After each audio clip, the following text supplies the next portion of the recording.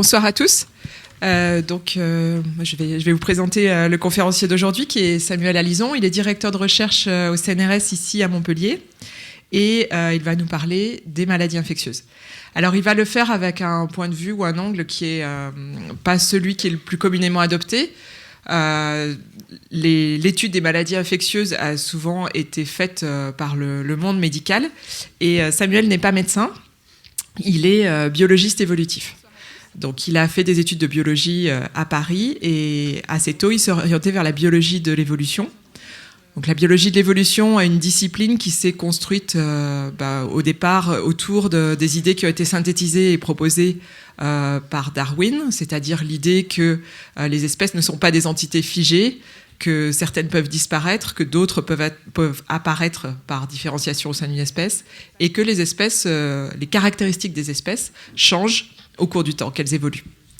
Alors depuis les premières publications de Darwin, c'est-à-dire depuis à peu près 160 ans, on a découvert plein de choses qui ont permis de conforter cette théorie. On a en particulier découvert le support de l'information génétique et comment cette évolution se produisait au niveau moléculaire, comment l'information se transmettait.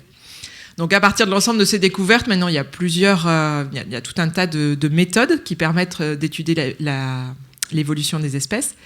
Et Samuel, assez tôt, pendant sa thèse, s'est spécialisé dans l'application de modèles mathématiques à l'étude de l'évolution des maladies infectieuses, des agents pathogènes de ces maladies infectieuses.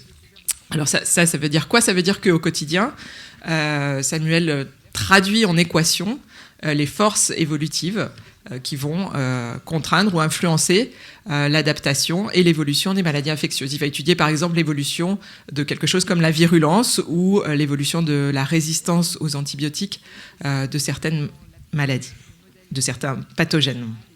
Alors, je rassure tout de suite ceux à qui les mathématiques donneraient de l'urticaire.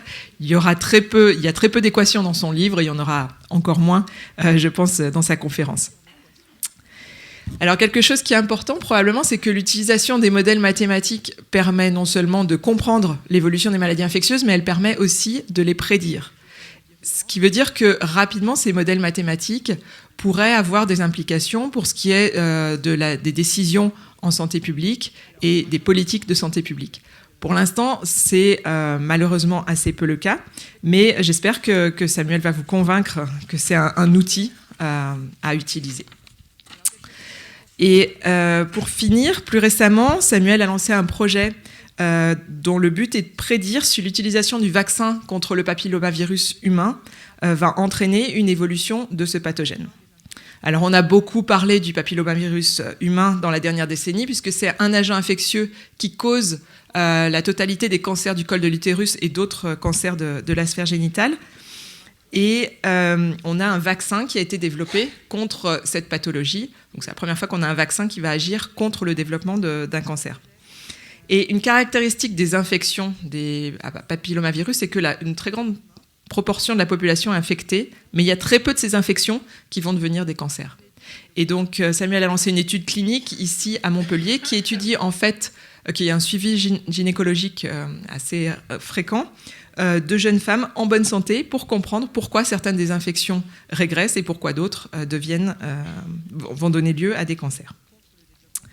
Donc voilà, dans cette conférence, Samuel va illustrer l'importance de l'inclusion et de l'évolution dans la compréhension et la gestion des maladies infectieuses en utilisant des exemples de l'histoire des épidémies et puis des exemples qui sont issus plus fraîchement d'expérimentation dans les laboratoires. Voilà, je te laisse la parole.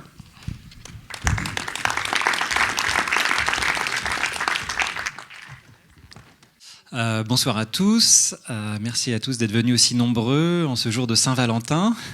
Et donc moi j'ai déjà fait cette présentation quelques fois et je me suis dit que vu que c'était la Saint-Valentin, j'allais la changer un petit peu et donc j'ai choisi d'utiliser quasiment exclusivement ce soir des exemples provenant des infections sexuellement transmissibles.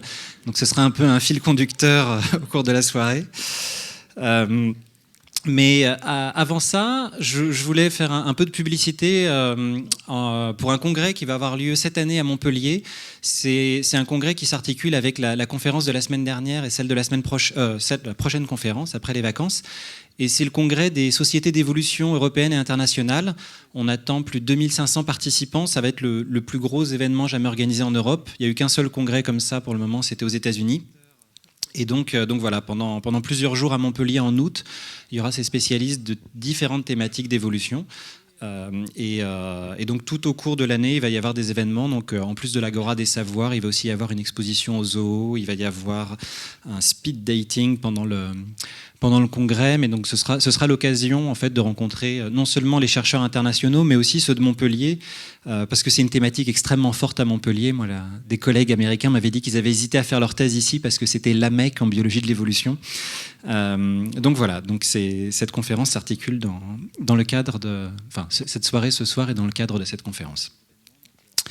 Alors, pour vous faire un aveu, en fait, donc le livre que j'ai écrit s'appelle C'est grave, Docteur Darwin. C'est pas moi qui ai choisi le titre.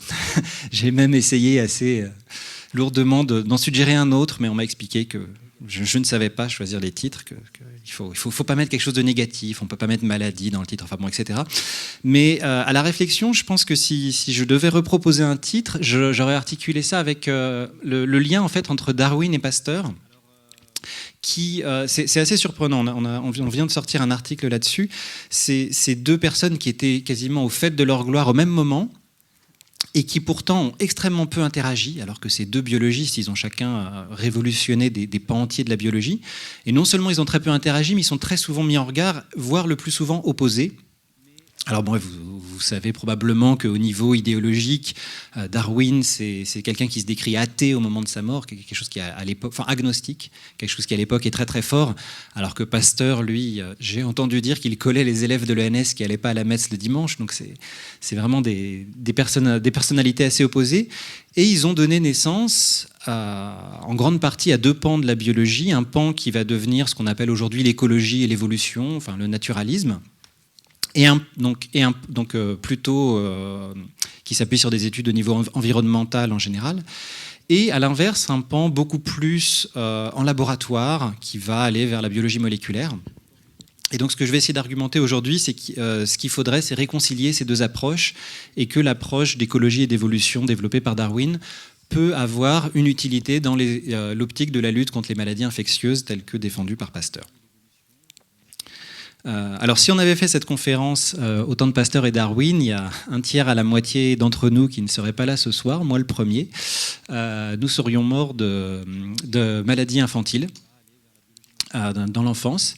Et donc des chercheurs américains en fait, ont regardé l'évolution, enfin le changement des causes de mortalité aux États-Unis entre 1900 et 2010. Donc vous voyez déjà sur ce graphique que le nombre de morts a extrêmement diminué. Et vous voyez aussi que les causes ont changé. Donc vous voyez que la sénilité, qui était une cause de mortalité majeure en 1900, a été requalifiée en 2010. Mais vous voyez surtout que ce qui était maladie infectieuse, tuberculose, pneumonie, a disparu. Et donc ça, c'est deux choses, hein, c'est les vaccins et les antibiotiques. C'est ça qui explique ce changement radical au niveau de la mortalité aux États-Unis. Et donc, lié à cette diminution des maladies infectieuses, il y a eu une vision très optimiste dans les années 60-70, qui est souvent résumée par cette phrase attribuée à William H. Stewart, qui était le Surgeon General, c'est l'équivalent du médecin de la santé, du ministre de la Santé aux États-Unis. Il est temps de refermer le livre des maladies infectieuses, d'annoncer que la guerre contre la pestilence a été gagnée et de basculer les ressources nationales vers des problèmes chroniques tels que le cancer et les maladies cardiovasculaires. Bon, effectivement, aujourd'hui, on se dit qu'il était peut-être un petit peu trop optimiste. Alors, petite histoire, en fait, ce pauvre William Stewart n'a jamais prononcé cette phrase. C'est un peu une légende urbaine qui a été popularisée, on pense, dans les années 90. Donc, il y a un article là-dessus. Lui s'est battu toute sa vie pour dire qu'il ne l'avait pas dit. Mais elle est restée extrêmement populaire parce qu'elle capture assez bien l'état d'esprit de l'époque. On pensait vraiment, avec l'élimination de la variole, qu'on avait résolu le problème des maladies infectieuses.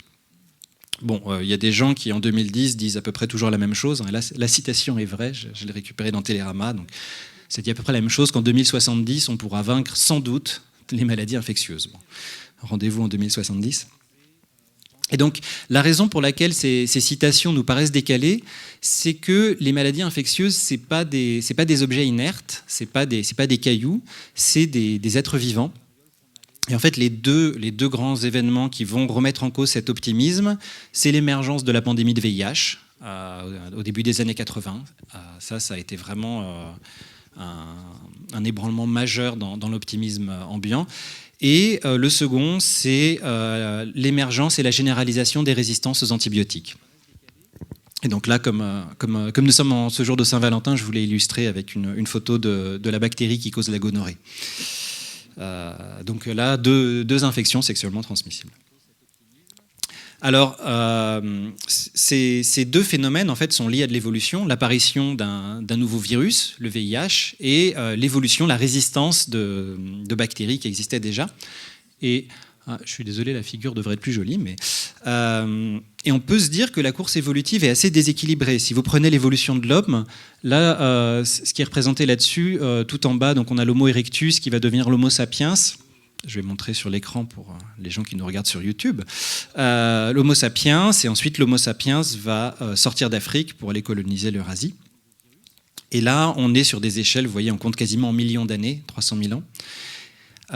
Si vous prenez le nombre de générations, si vous calculez en générations humaines, donc mettons 20 à 30 ans, si vous faites le parallèle pour un virus tel que le VIH, voilà ce que ça représente, l'évolution du VIH au sein d'un patient. Alors, une génération pour un virus, c'est un petit peu comme pour un être humain. C'est un virus qui rentre dans une cellule et produit des nouveaux virus. Donc c'est le temps qu'il faut au virus pour produire des bébés virus.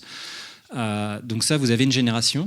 Et là, sur ce que j'ai représenté ici, c'est chaque point correspond, si vous voulez, à un virus échantillonné chez un patient. Mais donc vous avez une infection qui commence ici, et du coup, le virus va diverger.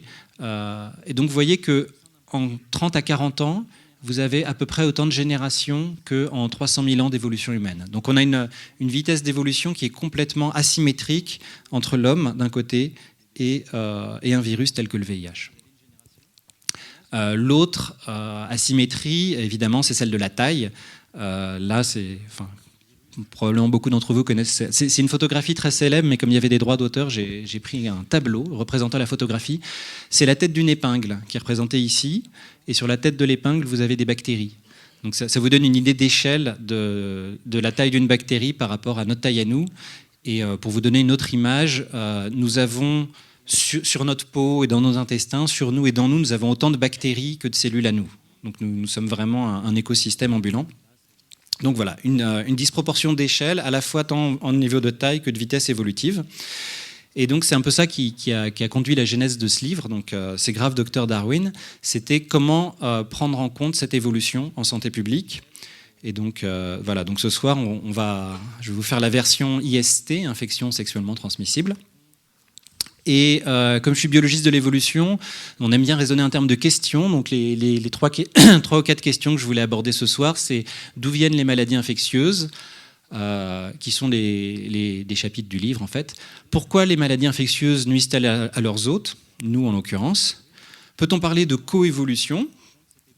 Et enfin, est-ce qu'il y a moyen de faire des approches de santé publique, des traitements qui soient evolution-proof, comme les montres qui sont waterproof? Est-ce qu'on peut faire des traitements qui résistent à cette évolution? Alors on va commencer par l'origine. En parlant d'origine, l'origine des espèces, c'est ce qui est représenté ici, c'est la seule illustration du livre de Darwin, de l'origine des espèces. Et vous pouvez le voir un petit peu comme un arbre généalogique au niveau des espèces. Vous avez cette divergence ici. En fait, c'est chaque point, vous avez un foisonnement, et juste certains individus vont passer à la génération suivante. Et vous avez, voilà, le temps va de bas en haut. Et l'idée que voulait représenter Darwin, c'était comme ça que les espèces étaient quelque chose de diversifié, des populations diversifiées, et qu'à chaque génération, un trait étant une génération, certains individus propagent leurs caractéristiques. Cette illustration, finalement, on la retrouve aujourd'hui dans énormément de publications scientifiques.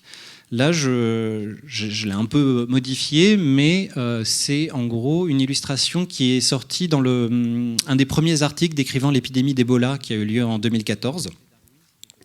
Donc la structure est un peu la même. Le temps va de bas en haut. Et vous avez une sorte de ce qu'on appelle une phylogénie, un arbre phylogénétique avec des branches et des feuilles. Les feuilles, c'est les points de terminale. Et donc là, en fait, chaque feuille, c'est un patient. C'est en fait le virus, la séquence génétique du virus qui a été extraite d'une personne infectée par le VIH. Et donc, ce que je voulais illustrer avec ça, c'est qu'avec cette évolution, là, en fait, ce que ça capture, c'est que le virus a évolué. Je vais vous illustrer ça, mais on capture énormément d'informations. En particulier, sur cette phylogénie, les auteurs ont colorié l'origine des infections. Et en fait, tout ce qui est en vert clair là-haut, toutes les feuilles là-haut, c'est des patients infectés en Sierra Leone. Et tout ce qui est en vert foncé, donc les 3 ici, c'est des patients infectés en Guinée. Donc vous voyez que les virus chez les patients de Guinée sont plus semblables entre eux que les virus chez les patients en Sierra Leone. Vous voyez aussi qu'en Sierra Leone, l'épidémie est arrivée après, parce que les feuilles sont plus proches dans le temps. Et les outils aujourd'hui permettent de faire énormément d'inférences et par exemple de dater ce qu'on appelle les ancêtres communs. Quand a vécu, si vous voulez, le virus qui a conduit à toutes ces infections ici. Donc là, on peut voir que finalement, la Sierra Leone, le virus semble être passé en Sierra Leone au mois de mai 2014 et l'épidémie aurait commencé en Guinée vers mars. Donc voilà, donc ça c'est très fortement lié aux approches développées par Darwin, mais ça utilise, comme Stéphanie en a parlé tout à l'heure, l'ADN, le support de l'information génétique. Donc en fait, en regardant le génome des virus, là c'est une partie, chaque ligne, c'est une partie d'un des génomes de virus Ebola. Donc vous voyez que les virus ont à peu près tous le même génome, ils ont tous un G en première position, un A, mais que de temps en temps, certains ont des mutations. Et donc c'est cette diversité génétique, c'est ça la base de l'évolution. En fait, ils accumulent ces petites mutations qui nous permettent de les suivre à la trace. Donc au final, voilà, le virus, en se reproduisant, va muter, va évoluer. Et nous, on peut suivre ça après en analysant leur génome. Alors pour vous présenter ça de manière un peu différente, et dans le cadre de la Saint-Valentin, je vais vous parler des papillomavirus, dont Stéphanie a un peu parlé en introduction. Donc les papillomavirus, c'est parmi les virus qui causent le plus de cancer chez l'homme. C'est ce qui est représenté ici, dans les régions les moins développées, enfin les moins riches. Vous voyez que les 3 grandes causes de cancer, c'est Helicobacter pylori, donc bactéries, et papillomavirus humain, et là c'est virus de l'hépatite B et de l'hépatite C. Et donc on va s'intéresser aux papillomavirus humains. Et les papillomavirus humains, il y en a de plusieurs sortes. On parle de types de papillomavirus. Et en fait, on les numérote, HPV6, HPV11, etc. Et, excusez-moi, 2 de ces types, HPV16 et 18, sont eux responsables de 67% de tous les cancers. Donc en fait, les 2 tiers des cancers du col de l'utérus sont causés par HPV16 et HPV18. C'est pour ça que les vaccins qui ont été commercialisés ciblent en particulier ces 2 types de papillomavirus-là. Et ce soir, on va même s'intéresser plus précisément à HPV16, qui est le type de papillomavirus le plus cancérigène. Ce HPV16, il en existe plusieurs variants, A, B, C et D, qui sont représentés ici. Le A est en bleu-violet, le B en noir, le C en orange et le D en vert. Et ici, donc c'est mon collègue Nacho Bravo, qui à l'époque était à Barcelone, qui a fait cette étude. Ils ont représenté où est-ce qu'on les trouve dans le monde. Et il y a une inégalité géographique qui est assez frappante, qui est que le HPV16A, vous le trouvez à peu près partout dans le monde, mais quasiment pas en Afrique. Et à l'inverse, en Afrique, c'est les variants B et C du HPV16A qui sont présents. Donc ça, c'est le premier point. Le HPV16A est absent en Afrique. Il se trouve qu'HPV16A est aussi celui qui cause plus de cancer que les autres HPV. Mais voilà. Donc point important, on ne le trouve pas en Afrique. Ce qu'ont fait les collègues, c'est qu'ils ont récupéré ces génomes de virus et qu'ils ont fait cette sorte d'arbre généalogique que je vous ai montré tout à l'heure pour voir un petit peu, pouvoir dater les événements de divergence. Donc là, je vous remets la carte. Et donc là, toujours, le temps va de bas en haut. Ils ont pris les séquences et donc ils ont vu... Ce qui est assez rassurant, entre guillemets, c'est que tous les HPV16A sont ensemble ici, les B sont ensemble, les C, les D, donc il y a bien une homogénéité. Mais ensuite, ils ont pu, grâce à cette phylogénie, dater, c'est-à-dire savoir finalement quand est-ce que les HPV16A sont apparus et quand est-ce que les autres HPV sont apparus. Et donc là, il y a 2 dates très importantes qui sortent. On voit que les HPV16A, donc je vous rappelle ceux qu'on ne trouve pas en Afrique mais qu'on trouve partout dans le monde, qui sont plus virulents, seraient apparus environ il y a 100 000 ans. Et l'origine de tous les HPV, elle, c'est plutôt 500 000 ans. Alors c'est des dates qui peuvent sembler un peu ésotériques comme ça, mais quand on les croise avec l'évolution humaine, c'est des dates pas anodines. 500 000 ans, c'est le moment où Homo sapiens, 500-600 000 ans, c'est nous étions tous, nos ancêtres étaient tous heureux en Afrique à l'époque. Et ce qui se passe il y a 500 à 600 000 ans, c'est la première sortie d'Afrique. Et vous avez des Homo erectus, proto-Homo sapiens, qui vont sortir d'Afrique et donner naissance à l'homme de Néandertal en Eurasie et à l'homme de Denisovan. Donc ces homos-là vont diverger et les autres restent en Afrique. Et la deuxième sortie d'Afrique d'Homo sapiens, cette fois, elle a lieu, vous voyez, il y a à peu près 100 000 ans. Et donc, en comparant les scénarios avec des méthodes que je n'ai pas le temps de vous décrire, ce qu'ils ont reconstitué au niveau du scénario évolutif, c'est qu'ils ont réussi à agréger ces différents points qui étaient, je vous le rappelle, on ne trouve pas HPV-16 en Afrique. HPV-16 est apparu il y a à peu près 100 000 ans. Et tous les HPV ont eu un ancêtre commun à peu près à 500 000 ans. Là, je voulais représenter en fait sur la généalogie humaine, la phylogénie humaine. Ce qui serait passé, c'est que quand l'homme des Néandertal, enfin les ancêtres de l'homme de Néandertal et de Denisovan sont sortis d'Afrique et sont partis en Eurasie, ils ne sont pas partis tout seuls, ils ont emporté leurs HPV. Donc le HPV-16 ancestral est parti avec l'homme de Néandertal. Et il a divergé, il s'est adapté à l'homme de Néandertal, il est devenu un petit peu un HPV-16 d'homme de Néandertal, si vous voulez. Et les Homo sapiens qui sont restés en Afrique, eux, ont conservé leurs propres HPV, qui eux aussi ont divergé. Ça va donner naissance aux HPV B, C et D. Et ensuite, quand Homo sapiens est sorti d'Afrique, la deuxième sortie d'Afrique il y a à peu près 100 000 ans, à l'époque, ils étaient pas spécistes. On sait qu'il y a eu des introgressions, il y a eu des accouplements entre Homo sapiens et Homme de Néandertal. On trouve des traces de génome d'Homme de Néandertal dans notre génome. Et donc à ce moment-là, il y a eu transmission de MST, d'IST, d'infections sexuellement transmissibles. L'homme de Néandertal a refilé ses papillomavirus, passez-moi l'expression, à Homo sapiens. Et donc l'interprétation la plus parcimonieuse des chercheurs, qui permet de réconcilier ce que je vous disais sur le fait qu'on ne trouve pas HPV-16A en Afrique, on ne le trouve pas en Afrique parce qu'en fait, il est issu de l'homme de Néandertal qui était sorti d'Afrique. Et il date d'il y a à peu près 100 000 ans, parce que c'est il y a 100 000 ans que l'homme de Néandertal, finalement, s'est accouplé avec Homo sapiens. Et donc, ça s'est fait hors d'Afrique. À l'inverse, HPV-16B, C et D, eux, on les trouve de manière plus prévalente en Afrique, parce qu'ils étaient restés là avec Homo sapiens. Donc ça, voilà, c'est l'illustration de comment,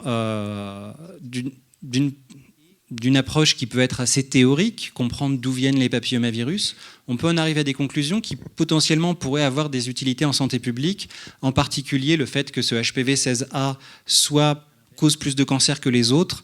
On peut commencer à voir dans quelle mesure ça peut être un problème de coévolution entre en fait, que ce virus se soit adapté à l'homme de Néandertal et pas à Homo sapiens. Donc voilà pour la première question. La deuxième question qui moi me tient beaucoup à cœur, c'est pourquoi les maladies infectieuses nuisent à leurs hôtes, pourquoi tuer son hôte finalement. Et c'est une question qui n'est pas toute jeune, qu'on trace, Pasteur ne se l'est pas vraiment posée, mais plutôt Theobald Smith à l'écran, qui est un grand médecin américain autodidacte, mais qui est vraiment la première génération après Pasteur et Koch en Amérique du Nord. Et qui, lui, partait de ce constat, qui est que...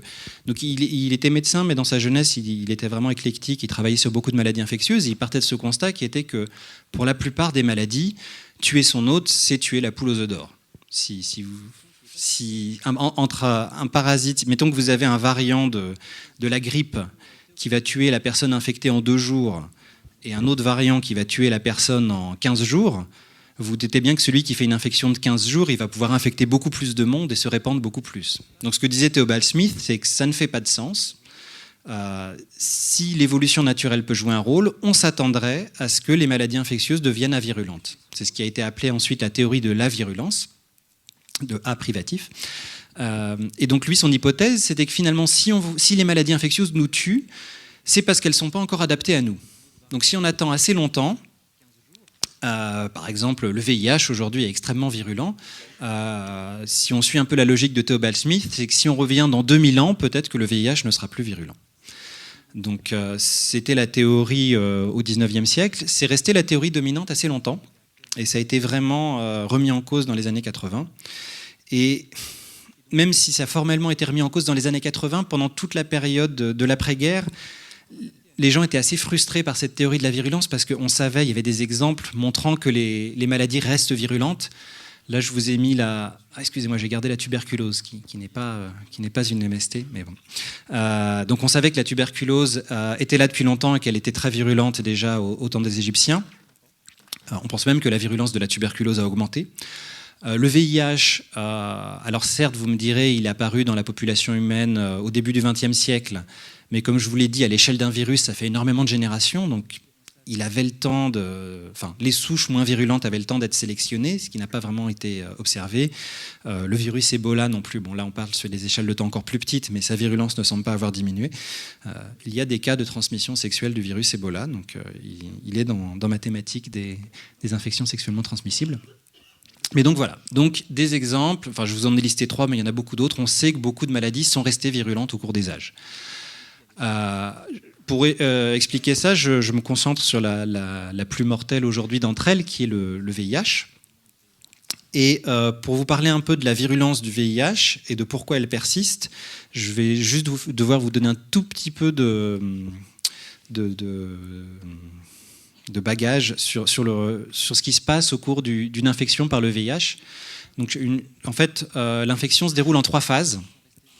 La première phase, chez une personne porteuse du VIH, c'est ce qu'on appelle la phase aiguë, où vous allez avoir une augmentation de la quantité de virus dans le sang, ce qui est représenté ici en rouge, de manière exponentielle, suivie d'une diminution exponentielle elle aussi, donc typique de ce qu'on appellerait une infection aiguë. Sauf que contrairement à beaucoup d'infections aiguës, le virus n'est pas expulsé de l'hôte et parvient à persister. Et donc là commence la phase asymptomatique ou phase chronique, où là la charge virale, la quantité de virus dans le sang va rester relativement constante. Alors c'est trompeur en fait, parce qu'on a l'impression que le virus est constant. En fait, c'est un processus dynamique. Il y a des millions de nouveaux virus qui sont produits et détruits. Donc c'est vraiment, il se passe énormément de choses et on le voit en fait quand on regarde les cellules immunitaires. La quantité de cellules immunitaires, elle est en bleu et cette quantité de cellules immunitaires va diminuer. Donc tout ça, évidemment, c'est en l'absence de traitement. C'est ce qui se passait avant la découverte des antirétroviraux. Et donc ces cellules immunitaires vont diminuer parce que la caractéristique du VIH, et c'est ça qui les rend si virulents, c'est que, comme tous les virus, il a besoin d'infecter des cellules pour se multiplier. Et lui, il infecte les cellules immunitaires, donc les cellules qui sont censées le reconnaître et le détruire. Et donc c'est pour ça qu'au bout d'un moment, vous allez avoir une immunodépression qui va s'accentuer, et quand la quantité de cellules immunitaires passe en dessous d'un seuil, c'est là qu'on définit l'entrée en phase SIDA proprement dit. Donc le SIDA est plus le syndrome, l'agent qui cause l'infection et le VIH, le virus. Et donc là, dans la phase SIDA, vous allez avoir une augmentation de nouveau de la charge virale. Et dans tous les cas, la mort du patient. Il n'y a qu'une seule personne aujourd'hui qui est guérie du VIH officiellement. Sinon, c'est une maladie dont aujourd'hui on ne guérit pas. Donc, le VIH, c'est extrêmement variable. Vous avez le VIH1 et le VIH2, par exemple. Le VIH2 étant moins virulent que le VIH1. Au sein du VIH1, vous avez plusieurs groupes, vous avez plusieurs sous-types. Et même chez les personnes porteuses du VIH1 sous-type B, qui est le sous-type qui circule majoritairement en France, en Europe, vous avez une grande variabilité.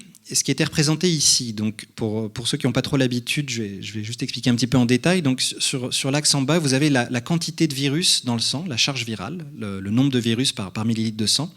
Et là, la taille du bâton vous dit le nombre de personnes qui ont été diagnostiqués avec cette charge virale. Donc si le bâton est très élevé, ça veut dire que beaucoup de gens, quand ils vont consulter, ont cette charge virale-là.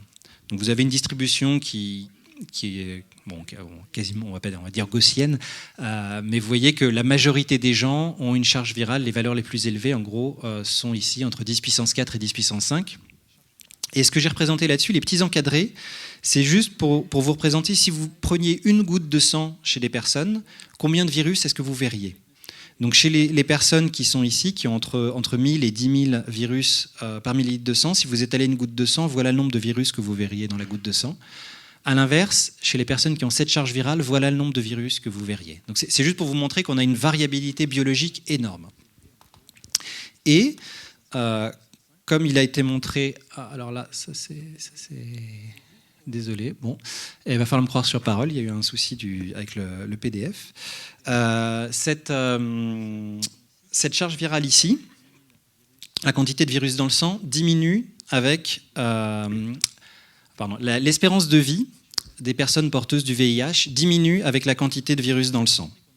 Donc plus vous avez de virus dans le sang, plus votre espérance de vie est faible. Vous voyez ici, en fait, au maximal, donc la courbe que vous ne voyez pas, diminue ici.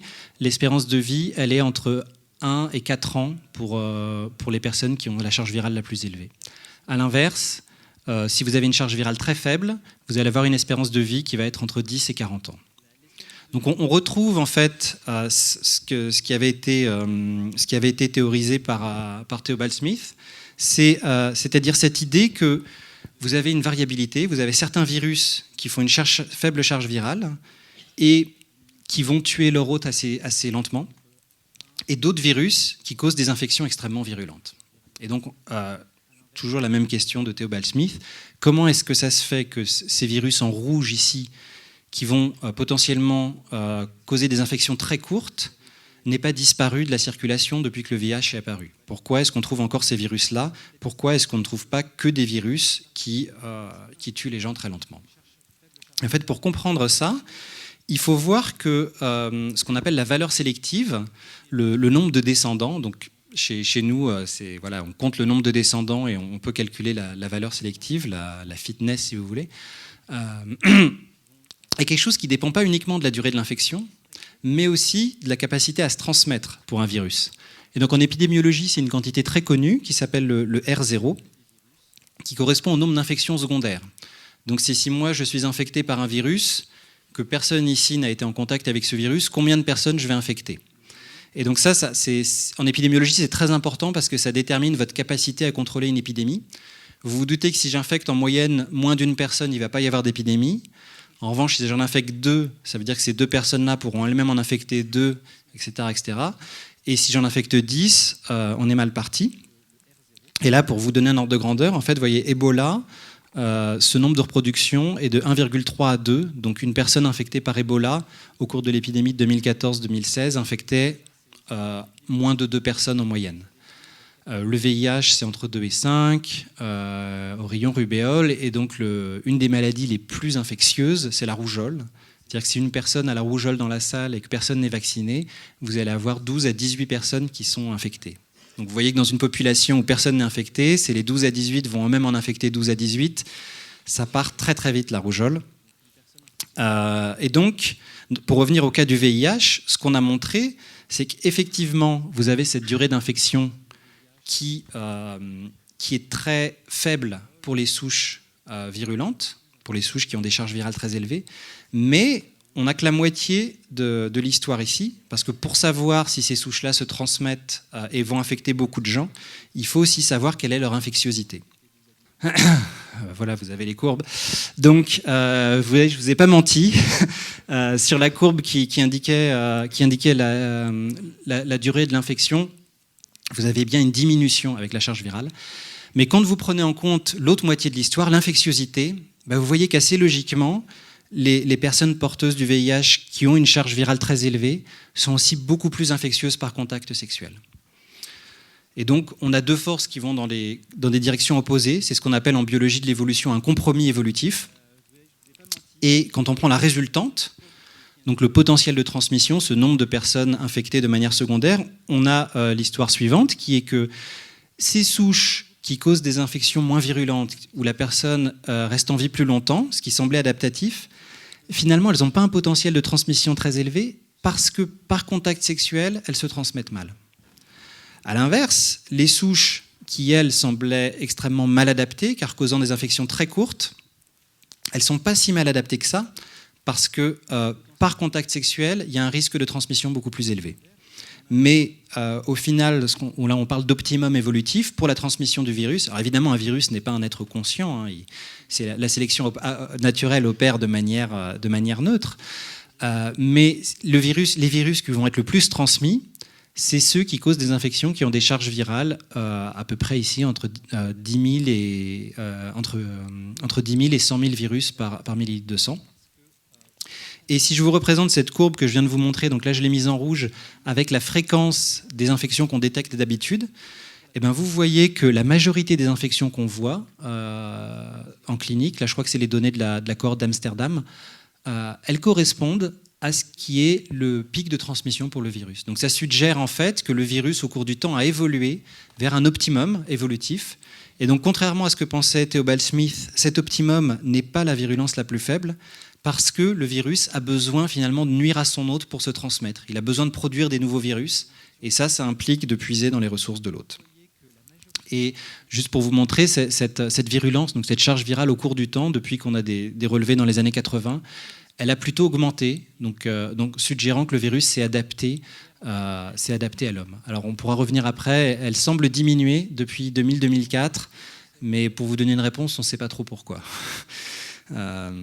Donc voilà. Et juste pour conclure sur cette partie, pour expliquer pourquoi les maladies infectieuses tuent leur hôte, dans ma thèse, j'avais fait l'analogie avec le dilemme d'Achille.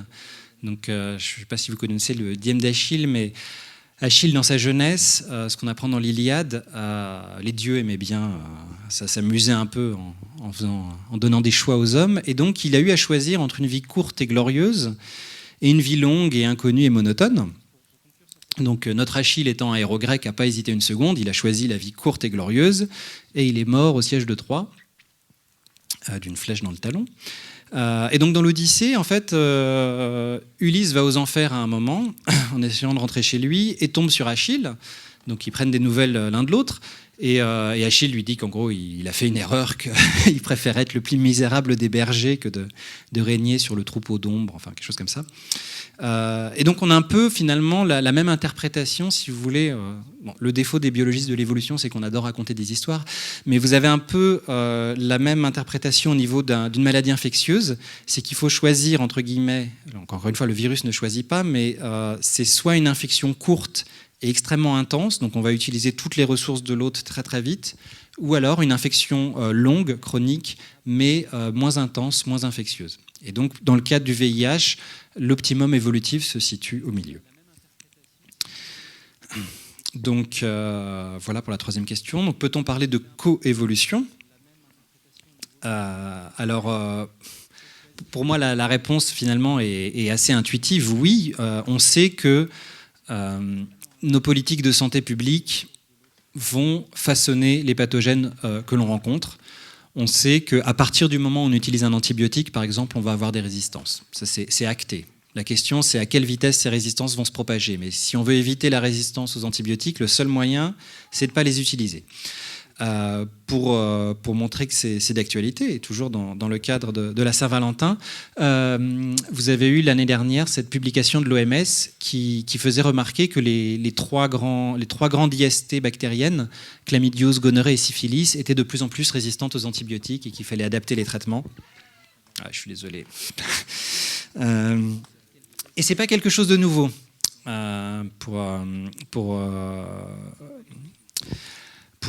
le champ, en fait. Sir Alexander Fleming, donc le découvreur de la pénicilline, dans son discours du prix Nobel, mettait en garde contre, alors il n'appelait pas ça l'évolution, on y reviendra, mais il mettait en garde contre les résistances. Il disait, il n'est pas compliqué de rendre les microbes résistants à la pénicilline en laboratoire en les exposant à des concentrations trop faibles pour les tuer. Donc, depuis 1945, et depuis un discours de prix Nobel, donc ce n'est pas un chercheur inconnu, on sait que c'est un problème, on sait que c'est un risque avec l'utilisation des antibiotiques.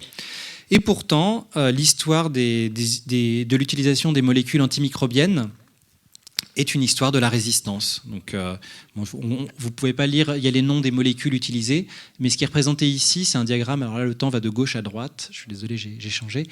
Et donc, un trait commence avec l'implémentation d'une molécule. Donc là, c'est les antipaludéens. En dessous, c'est les antibiotiques. Et la croix correspond à la première mise en évidence d'une résistance. Et donc vous voyez que pour la plupart des molécules, très rapidement, la découverte et l'utilisation se traduit par la description d'une résistance. Là, c'est pas inintéressant, on pourrait revenir, c'est les vaccins. Vous voyez que sur les vaccins, il y a quand même énormément moins de résistance. Les virus ont les pathogènes ont plus de difficultés à résister aux vaccins.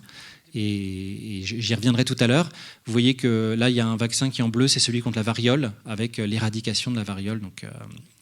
Donc voilà, mais en tout cas, l'utilisation des molécules, des antipaludéens, des antibiotiques et des vaccins a été liée avec de la résistance. Et on peut même aller plus loin que ça. Ça, c'est un diagramme que je trouve particulièrement frappant. Donc c'est des chercheurs, des médecins, Hernan Hussens, un article de 2005, qui ont en fait essayé de voir quel était le lien entre l'utilisation de pénicilline, donc d'une molécule antibiotique, dans les différents pays européens, d'un côté, donc c'est ce que vous avez sur l'axe des abscisses, et le pourcentage de souches d'une bactérie, Streptococcus pneumoniae, résistante à cette même pénicilline.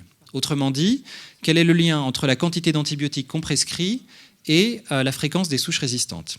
Et donc la manière de lire ce dessin, c'est qu'en bas à gauche, ici, vous avez, les pays qui prescrivent très peu d'antibiotiques. Par exemple, les Pays-Bas, où là c'est quasiment maladif, il y a une aversion des antibiotiques. L'Allemagne dans une moindre mesure. Et donc vous voyez que ces pays qui sont ici, si vous regardez sur l'axe vertical, il y a très peu de résistance. On décolle pas, on est quasiment à zéro résistance. À l'inverse, un pays au hasard, qui à l'époque était le pays qui prescrivait le plus d'antibiotiques, la France, et bien là vous voyez que quand vous lisez ça, vous êtes à des pourcentages de 30 à 40% de résistance. Donc là vous avez une corrélation, quand on trouve une corrélation comme ça en conditions naturelles, pas en laboratoire, là vous avez une droite de régression qui est extrêmement belle et qui suggère que directement l'effet des politiques de santé publique a un effet sur les maladies infectieuses qu'on rencontre dans ce pays. Alors vous allez me dire, c'était de 2000. Voilà, ça c'était la une de France Inter le 1er février en alerte que, je pense que la consommation d'antibiotiques n'a pas tellement changé en France. Donc c'est toujours une question d'actualité. Alors là où c'est un souci, c'est qu'évidemment il y a la question de la résistance, c'est que des bactéries qui deviennent résistantes, des pathogènes qui deviennent résistants, ça veut dire qu'on ne peut plus utiliser le médicament pour guérir. Mais en tant que biologiste de l'évolution, on peut même aller plus loin et se demander est-ce qu'il n'y a pas un risque en plus qu'on ne puisse plus utiliser le médicament, est-ce qu'on n'est pas en train de sélectionner des souches, mettons, plus virulentes ?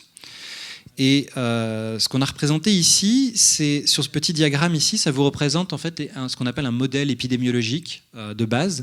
Vous avez le rond ici, c'est tous les autres qui sont susceptibles à une infection. Donc ça peut être n'importe quelle infection, toutes celles dont on a parlé pour le moment. Et ces hôtes susceptibles vont pouvoir devenir infectés s'ils entrent en contact avec un hôte infecté. Donc on est dans le cadre des infections sexuellement transmissibles. Donc au cours d'un rapport sexuel, un hôte susceptible peut devenir infecté. Et donc, d'un point de vue de santé publique, vous pouvez agir de plusieurs manières. Et ici, on a représenté 3 types de politiques. Une politique qui pourrait consister à diminuer la virulence de l'infection. Donc vous allez mitiger les effets de l'infection, la personne va toujours être porteuse, elle va toujours être infectée, elle va toujours transmettre le pathogène, mais elle n'en mourra pas. Donc pour la personne, c'est une bonne nouvelle, elle est sauvée. Une autre possibilité d'intervention en violet ici, c'est d'augmenter la guérison. Donc là, la personne va guérir, elle ne va plus transmettre, donc c'est toujours une bonne nouvelle pour elle. Et la dernière possibilité, c'est de bloquer la transmission. Alors là, c'est un petit peu altruiste, c'est-à-dire la personne va toujours être infectée, elle va toujours mourir, mais elle infectera personne d'autre. Bon. Donc 3 types de politiques de santé publique. Donc c'est là où la modélisation mathématique peut avoir un intérêt. Donc on a ce pathogène, celui que vous voulez, et on compare 3 types d'interventions, et on va voir en quoi ces interventions peuvent modifier la virulence moyenne de l'infection. Le lien derrière ça, c'est que votre intervention, elle va éliminer certains pathogènes. Et si ces pathogènes sont moins virulents que la moyenne, vous allez avoir une augmentation de virulence. À l'inverse, si ces pathogènes que vous éliminez avec votre intervention sont plus virulents que la moyenne, vous allez avoir une diminution. Et donc là, je suis désolé, on va pas extrêmement bien, mais donc en noir, c'est ce qui se passe si vous ne faites rien. La virulence moyenne, elle va augmenter et puis diminuer au cours de l'épidémie. Si vous adoptez une politique qui consiste à bloquer la transmission, donc la politique altruiste, la personne va toujours mourir, mais elle ne transmettra plus, vous voyez que ça, c'est plutôt positif, pas pour la personne, mais pour les autres, qui est qu'en faisant ça, on favorise les souches moins virulentes. L'idée étant que comme la personne meurt toujours, ces souches moins virulentes, elles maintiennent la personne en vie plus longtemps et donc elles ont plus de chances de se transmettre. Si vous hâtez la guérison de la personne, c'est pas extrêmement bien. Vous voyez que vous allez sélectionner des souches plus virulentes. Mais le pire que vous puissiez faire, c'est de ne supprimer que les effets délétères de la virulence. En fait, vous transformez la personne en porteur sain, comme on dit, personne qui est infectée, qui ne souffre pas de la maladie, mais qui infecte les autres, et les autres, eux peuvent en mourir. Si vous faites ça, vous allez sélectionner des variants plus virulents du pathogène. Et l'idée intuitive, c'est que pour le pathogène, comme je vous l'ai dit, il y a toujours ce coût à tuer son hôte, parce qu'il n'y a plus de transmission. Si vous supprimez ce coût, du coup, les souches virulentes qui étaient éliminées, elles ne sont plus éliminées. Donc voilà, c'est une illustration de comment les politiques de santé pourraient en théorie affecter ça. Alors d'habitude, j'utilise un exemple, mais on pourra en reparler après si vous voulez, dans l'industrie de la volaille, où il y a eu un exemple comme ça d'un vaccin contre un virus qui transforme les poulets en porteurs sains. Donc les poulets sont vivants, etc. Mais ils sont toujours infectés, ils transmettent le virus, et il y a eu une augmentation de la virulence du virus énorme. Et donc, comme c'est la Saint-Valentin, je me suis un petit peu adapté. Et du coup, je voulais parler de la transmission sexuelle et en quoi le fait, pour un pathogène, d'être transmis par voie sexuelle, ça modifie son évolution. Alors, ce qu'il faut voir, c'est que la transmission sexuelle est d'une certaine manière universelle, parce que vous avez deux manières de faire de la transmission sexuelle. C'est soit, si vous avez de la transmission de la mère à l'enfant, c'est indirectement de la transmission sexuelle, parce qu'il faut qu'il y ait reproduction. Et là, comme un dixième de notre génome à peu près est constitué de virus endogènes qui se sont intégrés dans notre génome il y a très longtemps, on peut considérer qu'un dixième de notre génome est parasite. Donc, de fait, notre organisme est constitué de virus parasites intégrés dans notre génome. Donc, de toute façon, il y a toujours une transmission mère-enfant. Mais bon, c'est un petit peu ésotérique. Si on considère plus la transmission horizontale, donc au cours des rapports sexuels, d'un point de vue évolutif, donc là je vais me mettre dans la peau d'un pathogène, d'un virus, c'est un peu un cul-de-sac, parce que contrairement à un virus de la grippe qui va pouvoir infecter des enfants et se transmettre tout de suite, un virus qui est une infection sexuellement transmissible, par définition, il faut attendre que l'hôte puisse être en âge d'avoir des rapports sexuels. Et donc ça veut dire qu'un virus, mettons, qui infecterait un enfant dès la naissance, il va falloir qu'il attende une bonne dizaine d'années avant d'espérer pouvoir passer à un autre hôte. Donc c'est une contrainte évolutive extrêmement forte, et c'est pour ça que ça semble pas optimal comme mode de vie pour un virus.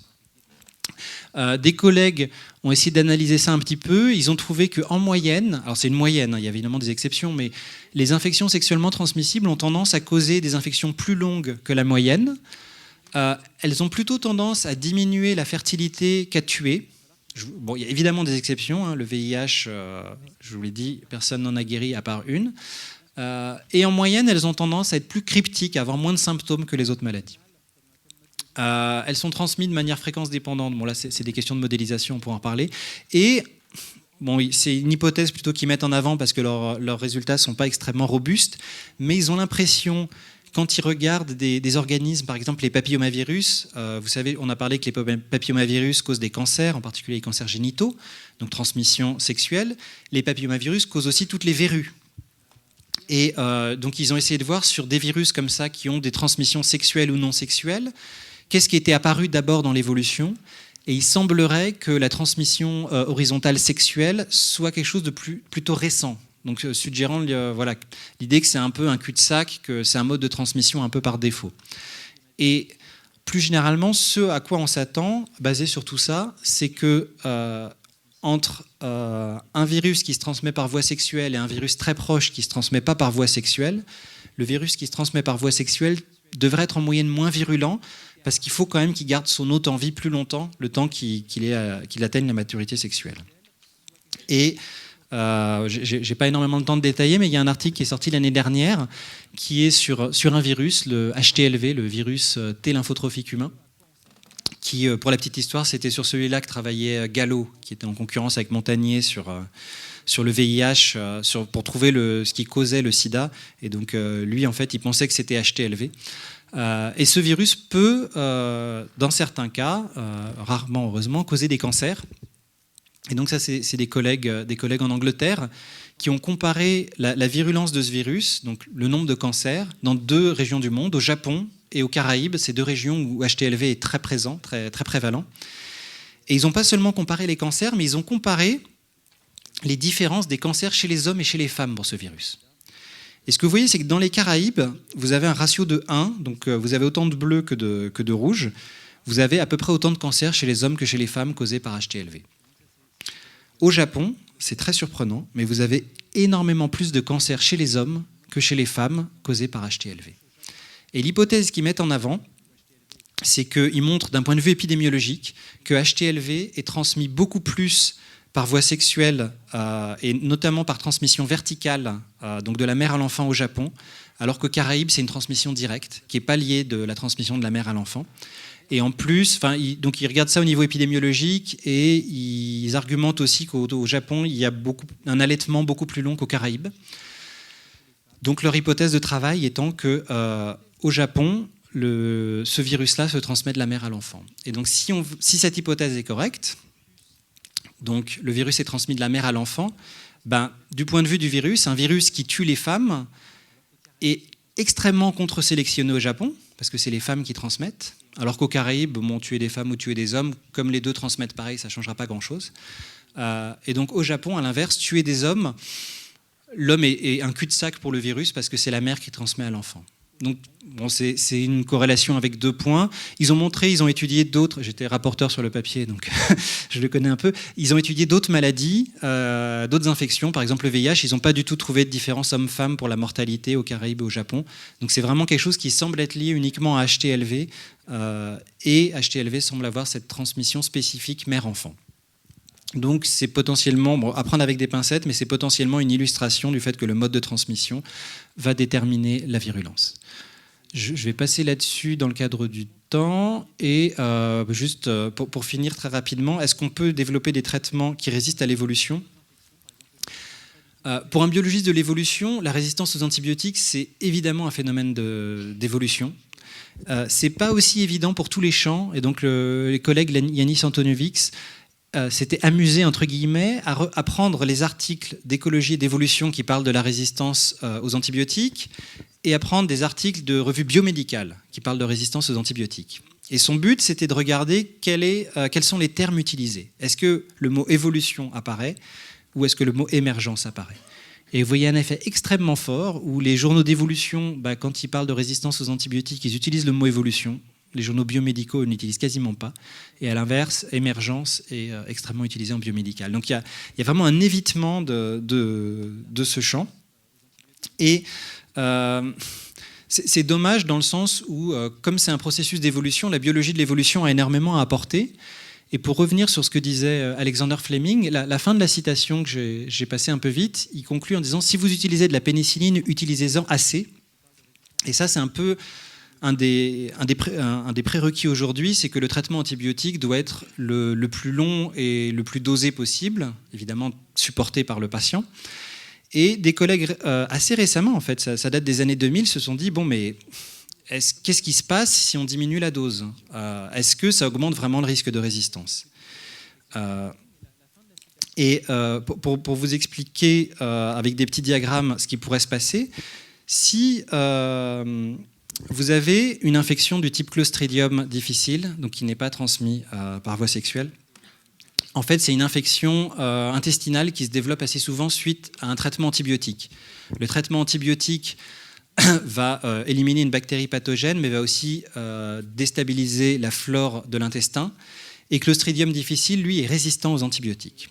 Donc ce qui se passe, ce qui est un peu représenté sur le diagramme ici, en vert, vous avez les bactéries de votre flore intestinale commensale, c'est les bactéries qui nous aident à digérer. En blanc, vous avez des bactéries pathogènes qui causent une infection, c'est celles qu'on veut éliminer avec l'antibiotique. Et en rouge, vous avez une bactérie résistante type Clostridium, Avec une forte dose, ce que vous allez faire, c'est que vous allez liquider la bactérie pathogène qui n'est pas résistante, bon, ça c'est bien, mais vous allez aussi liquider énormément les autres bactéries, ce qui va finalement laisser la place à Clostridium, aux bactéries résistantes pour pousser. Et l'intuition des collègues, c'était de dire, bon, mais si on met une faible dose, avec une faible dose, bon, on va peut-être éliminer la bactérie pathogène plus lentement, mais on va toujours l'éliminer. La grosse différence, ça va être qu'on va moins déstabiliser l'écosystème microbien, parce que comme c'est une faible dose, on va pas dézinguer tout le reste du microbiote. Et donc il va rester plus de bactéries ici. Et le facteur clé derrière ça, c'est qu'en conservant, en perturbant moins l'écosystème microbien, vous maintenez quelque chose d'essentiel qui est la compétition entre les microbes. Le monde microbien est un monde cruel, et les bactéries sont toutes en compétition pour des nutriments, pour échapper au système immunitaire. Et donc leur idée, c'est qu'on peut utiliser cette compétition microbienne et que pour faire ça, l'utilisation de la forte dose en fait supprime cette compétition.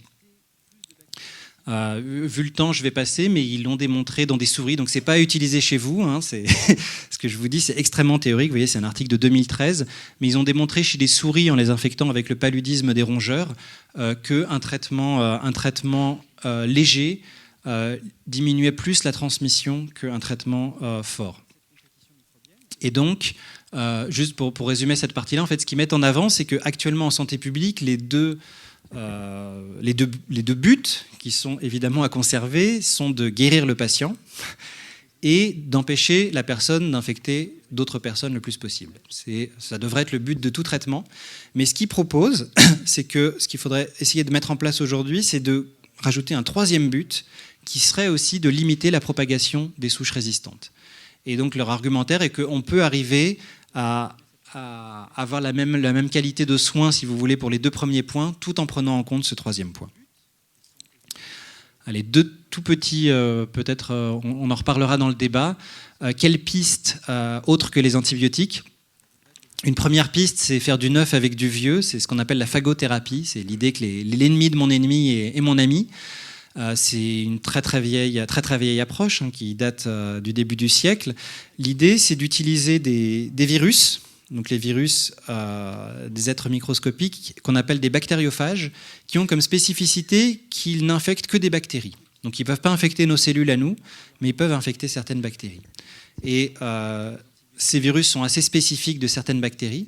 Donc si vous trouvez un virus, par exemple sur Clostridium difficile, qui est capable d'infecter Clostridium difficile, vous allez pouvoir, bien que Clostridium difficile soit résistant aux antibiotiques, vous allez pouvoir tuer les bactéries. Et donc c'est une très vieille théorie. Une des premières hypothèses, ça a été pour expliquer l'hypothèse était qu'il y avait énormément de ces bactériophages dans les eaux du Gange et de la Jumna en Inde, et que ça pouvait être une explication au bain rituel qui aurait permis de tuer les bactéries responsables du choléra. On pourrait faire une soirée sur la phagothérapie. En fait, il y a tout un aspect historique. La phagothérapie était la routine en URSS, alors que les antibiotiques étaient la routine sur le bloc de l'Ouest. Et donc il y a encore aujourd'hui énormément d'idéologie là derrière. Mais du fait de la résistance aux antibiotiques, c'est des stratégies qui sont de plus en plus populaires. Le gros problème étant d'amener les phages sur le lieu de l'infection. Donc là, il y a un essai clinique en Europe pour les brûler, par exemple, parce que là, les bactéries sont sur la peau, donc on peut facilement amener les virus sur les bactéries pathogènes. Ça a beaucoup d'intérêt dans le sens où les phages évoluent, donc c'est plus compliqué pour une bactérie de devenir résistante à un phage que de devenir résistante à une molécule inerte comme un antibiotique. Et enfin, tout dernier exemple, je vous ai parlé de Clostridium difficile tout à l'heure. Quand il y a une infection par Clostridium, les routines, c'est traitement antibiotique encore plus élevé, vancomycine, avec des taux de succès mitigés, en particulier souvent des récurrences de l'infection.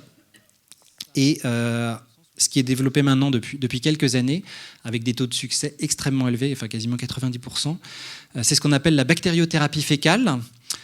Autrement dit, la transplantation fécale. Donc on prend le microbiote intestinal, c'est ces bactéries d'une personne saine, et on va les transplanter chez la personne infectée. On vérifie en laboratoire que la personne saine n'est pas porteuse de différents virus ou bactéries avant de faire la transplantation, mais ça a des taux de réussite hallucinants et des taux de récurrence très faibles. Et ce que moi je trouve particulièrement frappant avec cette approche, c'est qu'on ne sait pas comment ça marche.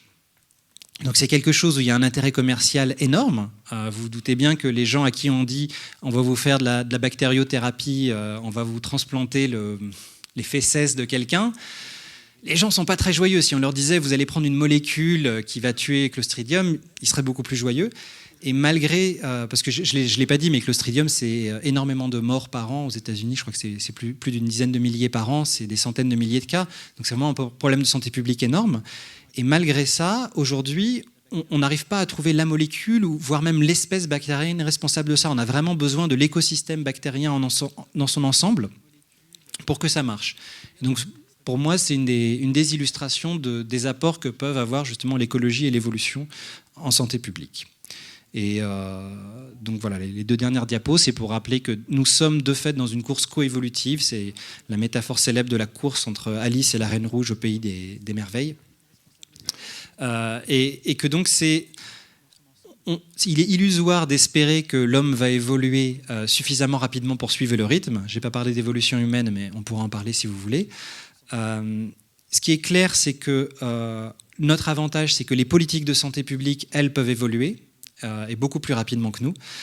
Et donc toute la question, c'est de savoir si nous, on peut avoir conscience de ça pour avoir un temps d'avance sur les maladies infectieuses. Alors je pense qu'il faut être assez, raison gardée. Je ne pense pas qu'on arrivera à faire évoluer des maladies infectieuses vers moins de virulence, mais on peut au moins éviter de les faire évoluer pour devenir trop virulentes. Et pour vraiment conclure cette fois et boucler la boucle sur Darwin et Pasteur, il y a clairement une réconciliation à faire.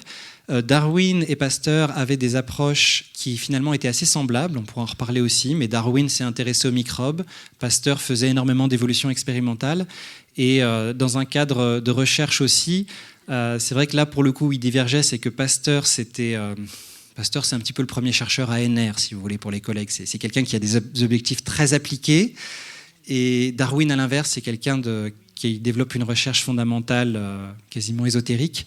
Et donc remettre un petit peu de Darwin et d'approche plus de recherche fondamentale pourrait être bénéfique dans le cadre des approches de santé publique. Voilà. Merci beaucoup pour votre présence. Et puis, on va prendre des questions. Alors, peut-être pour lancer un petit peu le débat, une question que moi j'avais envie de poser, c'est, tu nous as montré avec l'exemple de la pénicilline qu'il y avait des grosses différences entre les pays dans le taux de prescription de pénicilline. Ça reflète un petit peu des différences entre un peu des philosophies médicales et des philosophies de traitement.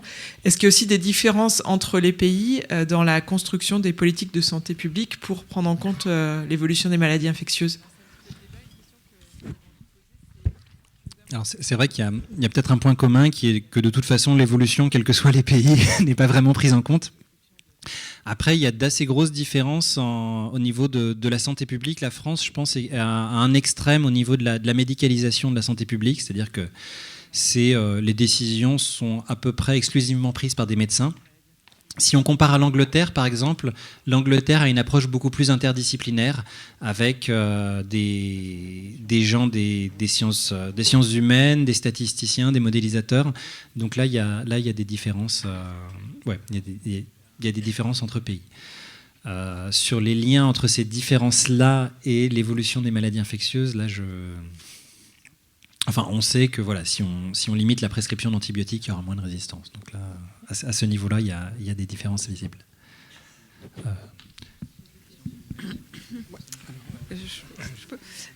Voilà, moi, je voudrais savoir, merci beaucoup déjà pour cet exposé, c'était vraiment super intéressant. Je voudrais savoir, vous parlez de souches qui sont de plus en plus virulentes, ou de moins en moins virulentes, ou plus ou moins virulentes. J'imagine que ça doit dépendre aussi de l'hôte. Voilà, c'est ma question. Ah oui. Bon, je n'avais qu'une heure. Hein. C'est une excellente question. C'est sur le VIH d'ailleurs. Donc, en fait, c'est un problème sur lequel j'ai travaillé moi. Et c'est vrai que quand on va parler à des médecins, eux, qu'on vienne leur dire certaines personnes porteuses du VIH meurent en 2 ans et d'autres en 20 ans, ils vont dire bah oui, on le sait, on n'est pas tous égaux devant la maladie, on n'a pas tous le même âge, on n'a pas tous le même sexe, on n'est pas tous aussi sportifs. Et du coup, nous, quand on travaillait là-dessus, justement sur ces différences de souches, l'interprétation souvent des médecins, c'était vous nous dites que l'autre n'a aucun effet. Donc non, on sait qu'il y a des grosses différences. On sait, par exemple, chez le VIH, qu'il y a différence de charge virale entre les hommes et les femmes. Ce qu'on a montré, nous, c'est qu'en fait, on peut montrer qu'une partie de la variabilité qu'on voit dans la virulence est vraiment due au virus. Il y a plusieurs moyens de le montrer.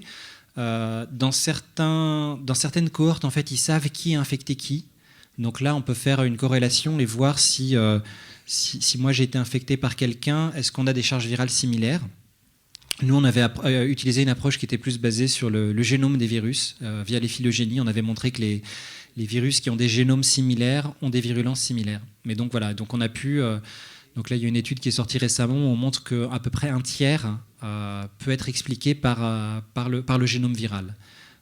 Chez l'homme, on a trouvé des mutations dans le génome qui expliquent, je crois, 26%, mais c'est probablement beaucoup plus parce que là, c'est vraiment ce qu'on appelle les SNP, c'est les mutations explicatives. Donc c'est clairement les deux. Mais le virus a un rôle, effectivement, contrairement à ce qui était... dans la vision de beaucoup de gens, voilà, ces maladies infectieuses, ces virus, ces bactéries, c'est vraiment des objets inertes, des cailloux. Il y a une diversité énorme, voilà, pour à peu près quelles que soient les maladies. Quand vous dites, par exemple, qu'on imagine qu'un pathogène très virulent c'est pas avantageux pour lui, donc il va évoluer probablement parce qu'on va sélectionner des souches moins virulentes. C'est peut-être l'inverse. C'est peut-être qu'il va tellement tuer les autres les plus sensibles que ce qui va être sélectionné, c'est les autres un peu moins sensibles. Je suis d'accord, non, il y a les deux. Enfin, ça, c'est toujours un... Donc, sur le VIH, on a pu avoir accès... Donc, le VIH je trouve intéressant parce que, d'un point de vue évidemment scientifique et conceptuel, mais c'est une maladie qui a quasiment été la plus étudiée au monde. On a tout décortiqué, on connaît son génome, c'est un petit génome, donc il y a un nombre incommensurable de scientifiques qui travaillent dessus.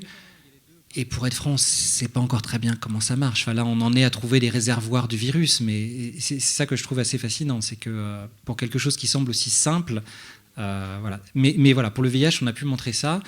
Pour un autre cas très célèbre qui est celui de la myxomatose en Australie. En Australie, on a libéré, donc ça j'en parle dans le livre, on a infecté des lapins avec la myxomatose pour se débarrasser des lapins. Et donc là, donc les gens avaient isolé une souche extrêmement virulente de myxomatose qui tuait les pauvres lapins très vite. Et en fait, en quelques années, les souches moins virulentes ont commencé à prospérer. Donc là, pareil, on a pu montrer qu'il y avait aussi eu une évolution des lapins, une modification de leur système immunitaire. Donc dans tous les cas, c'est une image globale, effectivement. Merci aussi pour cet exposé très intéressant. Moi, je suis plus intéressée par la phagothérapie. Donc c'est un mythe, l'eau du Gange ou bien Ça n'a pas été démontré, mais une des choses qui est positive avec la phagothérapie, c'est que les antibiotiques, quand votre molécule ne marche plus, vous ne pouvez plus trop faire grand-chose. Les phages, comme je vous l'ai dit, eux, ils accumulent des mutations, ils évoluent. Et surtout, on a un réservoir naturel de bactériophages beaucoup plus élevé que d'antibiotiques. En fait, il suffit d'aller à la sortie des égouts. C'est-à-dire, là, vous avez beaucoup de bactéries, vous avez beaucoup de phages. Et donc, mettons que vous ayez une infection qui soit résistante à plein de choses, y compris des phages, il y a fort à parier qu'en allant juste puiser dans la diversité naturelle, vous puissiez trouver des phages qui conviennent. Après, il y a des limites aussi avec la phagothérapie, en particulier pour tout ce qui est amener le phage sur le lieu de l'infection. Voilà, mais je pense quand même qu'une bonne partie du scepticisme vis-à-vis de la phagothérapie est un héritage de post-soviétique. En Union soviétique, c'était vraiment la routine. Donc il y a des traces d'essais cliniques dont je parle un peu dans le livre, mais c'était fait à la soviétique, c'est-à-dire que dans des villes, tous les enfants de la rue qui étaient du côté père avaient des pastilles de phages, donc c'était pour lutter contre les diarrhées. Tous ceux du côté impair avaient un placebo. Et donc là, vous aviez une puissance statistique assez gigantesque, et ils montraient qu'effectivement, il y avait beaucoup moins de diarrhée chez ceux qui avaient pris les phages. Et donc il y a un institut à Eliava qui est perturbé. Mais on va y arriver en France, là, parce qu'il y a 2 essais apparemment sur des gens atteints d'infections osseuses, d'après ce que j'ai pu lire. Je pense que quand même la santé publique française va évoluer par rapport à cette résistance aux antibiotiques, non ? Ce qui est intéressant, c'est que jusqu'à il n'y a pas si longtemps, à Lyon, on pouvait encore fabriquer des phages. Le laboratoire a été fermé, alors j'ai plus la date exacte, mais c'est pas si vieux. On y revient, mais moi je discutais avec des collègues à Bordeaux, une collègue en sociologie justement qui travaille là-dessus, et qui disait qu'il y avait eu un hôpital où tout le monde était d'accord pour lancer l'essai clinique, les médecins, les infirmiers, etc. Mais que pour tout essai clinique, ce que j'ai découvert maintenant à Montpellier parce que je suis impliqué là-dedans, vous avez toujours un pharmacien qui doit être là, même s'il n'y a pas de molécule, il faut un pharmacien. Et là, dans l'hôpital en question, c'est le pharmacien qui avait dit « je refuse de cautionner cet essai clinique, il n'y aura pas d'essai de phage dans mon hôpital ». Il y a toujours vraiment un... Après, l'Institut Pasteur aussi a historiquement très longtemps été contre la phagothérapie. Alors que Félix Derel, qui a découvert les bactériophages, était de l'Institut Pasteur. Bon, il s'est fait virer après, alors pour des raisons obscures, mais l'Institut Pasteur a gardé une attitude très, très hostile à la phagothérapie. Le problème des phages, pour parler un peu sous, c'est que c'est compliqué à breveter. C'est-à-dire que l'antibiotique, c'est une molécule, vous la déclarez, vous la brevetez. Le phage, vous injectez un phage dans quelqu'un, il va tuer les bactéries, il va se répliquer, il va muter, vous n'avez pas le droit de breveter ça de toute façon, et au mieux, ce que vous pourriez breveter, c'est un cocktail de phages, et encore. Et donc là c'est pour ça que l'industrie pharmaceutique, elle ils sont plus intéressés par les antibiotiques non plus parce que c'est pas rentable. Ils sont pas intéressés par guérir les patients en fait. Donc l'antibiotique, si vous guérissez quelqu'un, vous tuez la poule aux œufs d'or. C'est comme le parasite. Ils préfèrent les maladies chroniques où les gens vont prendre le traitement tout au cours de la vie.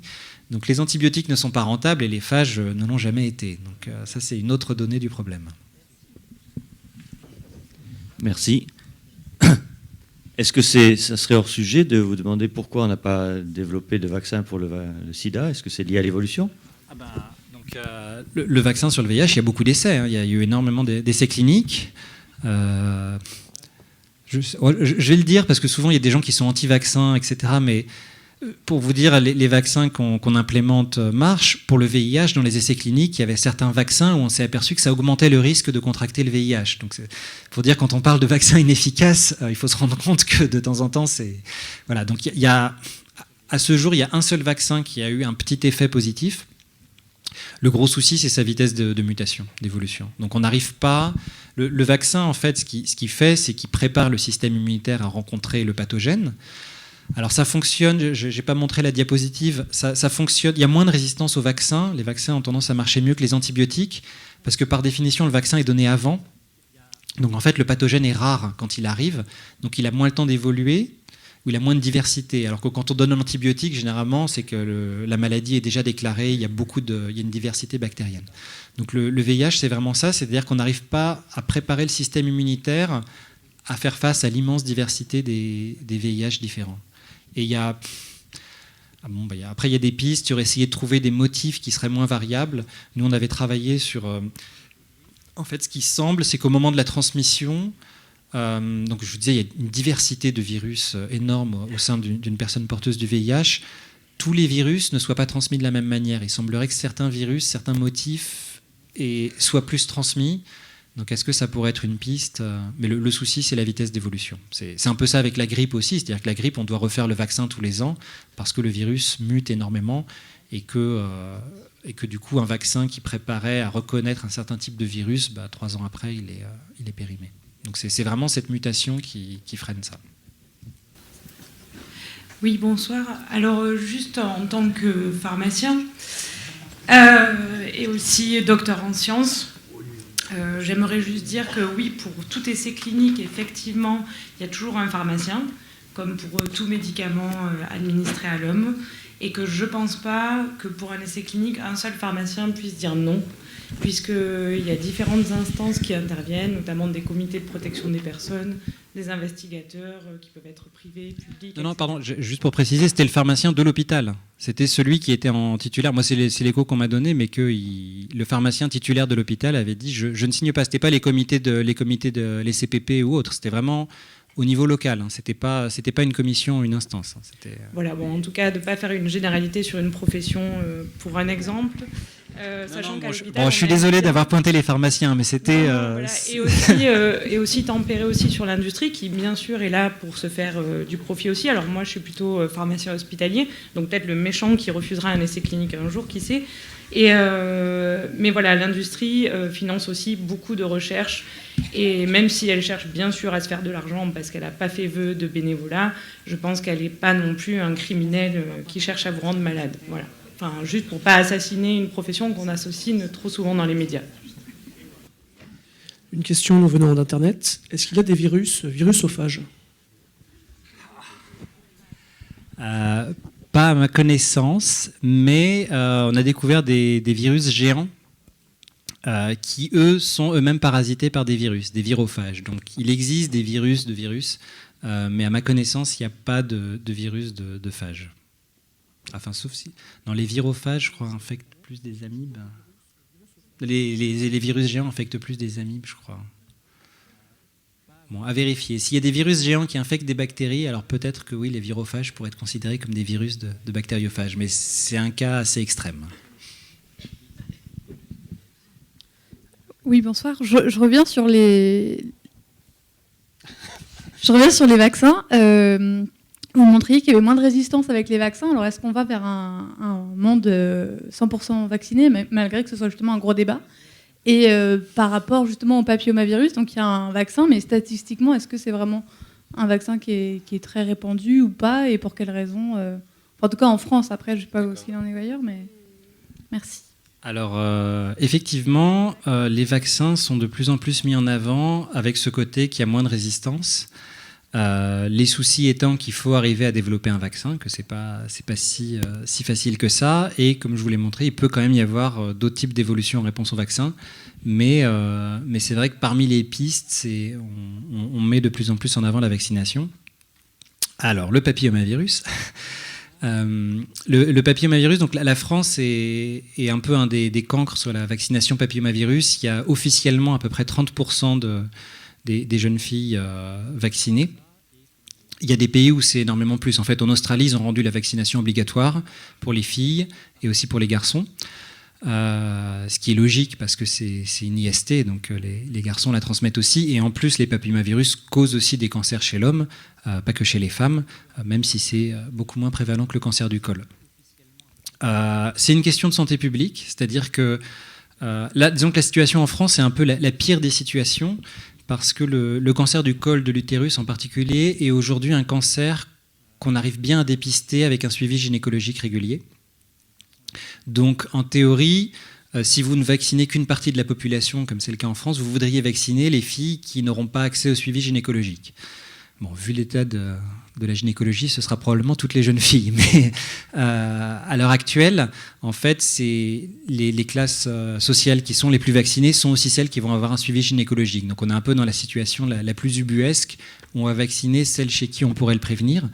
En santé publique, ce serait un avantage de vacciner toutes les jeunes filles parce que vous diminuez, vous supprimez le cancer du col à peu près. Et indirectement, comme disait un collègue qui s'y connaît vraiment sur les papillomavirus, vous diminuez aussi les verrues génitales. Un des vaccins cible les HPV 6 et 11 qui sont responsables d'énormément de verrues génitales. Et ça, les verrues génitales, il n'y a pas de dépistage et ça peut être extrêmement lourd pour rebondir sur les questions financières et plus pratiques. La France dépense plus aujourd'hui dans le traitement des verrues génitales que des cancers du col. Bon, évidemment, les deux ne sont pas comparables. Mais voilà, au niveau santé publique, ce serait intéressant. Je ne sais pas si je vais rajouter quelque chose, mais voilà ce que je peux dire. Mais donc, il y a des pays où, aux États-Unis aussi, le taux de couverture est extrêmement plus élevé et on voit aujourd'hui la diminution déjà des verrues. On ne voit pas encore beaucoup les cancers parce que les cancers se développent plus tard chez les femmes, mais on voit une diminution très forte des verrues génitales en Australie et on voit la disparition des types ciblés par le vaccin. Et on ne voit pas, pour revenir à mon projet de recherche, la disparition des HPV 16, 18 et aussi 6 et 11 qui sont visés par le vaccin ne semble pas, la place qui a été laissée vide en fait ne semble pas être occupée par d'autres HPV. Donc pour le moment c'est assez positif au niveau santé publique en Australie. Bonjour. Moi j'avais une question parce que vous êtes biologiste évolutif, ça se dit ? Je sais pas si ça se dit. C'était de savoir si, au vu des récentes avancées en termes de société et de médecine, l'homme s'était pas affranchi de la sélection naturelle et en fait on n'était plus en train d'évoluer en soi. Belle question. J'en parle un peu dans le livre. C'est une question pour se fâcher avec tout le monde, comme je dis dans le livre, parce que en gros, à un extrême, vous avez des gens qui vont dire l'homme n'évolue pas. Et donc ça, c'est absurde parce que les enfants sont différents des parents. Donc à partir du moment où la génération suivante est différente de la génération précédente, c'est de l'évolution. Mais l'évolution n'est pas de la sélection naturelle. L'évolution, ça veut juste dire qu'on change. La sélection naturelle, c'est différent. La sélection naturelle, c'est de dire certains individus ont des caractéristiques qui font qu'ils vont avoir plus de descendants. Et s'ils transmettent ces caractéristiques à leur descendance, la caractéristique va se propager. Par exemple, si les gens plus grands ont plus d'enfants, la taille de la population française va augmenter, pour prendre un exemple caricatural. Et c'est là où, justement, en sélection naturelle sur l'homme, c'est là où je dis qu'on se fâche avec tout le monde, parce qu'on dit non, évidemment, l'homme évolue, et c'est absurde de dire que l'homme n'évolue pas. En revanche, démontrer la sélection naturelle en action chez l'homme, c'est compliqué. C'est compliqué parce que la sexualité est découplée de la reproduction chez l'homme, contrairement à beaucoup d'espèces animales. Et donc pour montrer qu'un trait comme la taille, par exemple, est sous sélection naturelle chez l'homme, il faut montrer deux choses. Il faut montrer que ce trait est transmis à la descendance, donc que les enfants des personnes grandes sont plus grandes en moyenne. Bon, ça peut être fait pour la taille, mais vous voyez bien, quand on va commencer à toucher à des traits sociologiques, on va avoir des biais énormes, quoi. C'est des enfants qui réussissent bien à l'école, par exemple. Certes, mais ils viennent généralement d'un milieu social et c'est pas lié à leur gène. Donc on a cette étape-là qui est compliquée à démontrer, mais qui parfois peut l'être. Et l'autre chose qui est compliquée à montrer, c'est que ce trait-là est lié à une différence du nombre d'enfants. Donc de montrer que ceux qui ont une plus grande taille ont effectivement plus d'enfants. Sans entrer dans les détails des naissances extra-paternelles, qui peut monter très haut chez le troisième enfant, je sais plus, c'était... Oui, c'était ça. Hein. Chez le troisième enfant, ça monte à 2/3 où le père n'est pas celui qu'on pense. C'est quelque chose qui est compliqué à démontrer. Donc il y a des exemples chez l'homme. Hein. Donc dans le livre, par exemple, il y a un exemple de sélection naturelle qui est encore à l'œuvre chez l'homme, causée par une maladie infectieuse. C'est la drépanocytose, l'anémie falciforme. Donc c'est une maladie génétique. Donc là, on est sûr que c'est transmis des parents aux enfants parce que c'est dans les gènes. On connaît la mutation qui cause ça. Donc là, il n'y a pas de problème, c'est transmis. Et en fait, comme toutes les maladies génétiques, il y a un coût. C'est-à-dire que si vous avez les deux allèles mutés, c'est une pathologie assez lourde. Vous avez des globules rouges en fait, qui transportent moins bien l'oxygène. Donc comme toutes les maladies génétiques, on se demande pourquoi elle est aussi prévalente aujourd'hui et pourquoi au cours de la sélection naturelle, cette maladie a persisté. Et en fait, on s'aperçoit que dans les régions où il y a beaucoup de drépanocytose, aujourd'hui, il y a énormément de paludisme.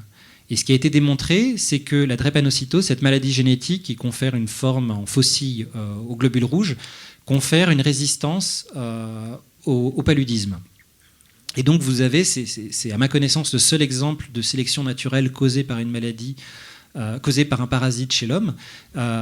On voit encore aujourd'hui beaucoup de drépanocytose, malheureusement, dans les régions où il y a beaucoup de paludisme. Donc de fait, l'homme peut...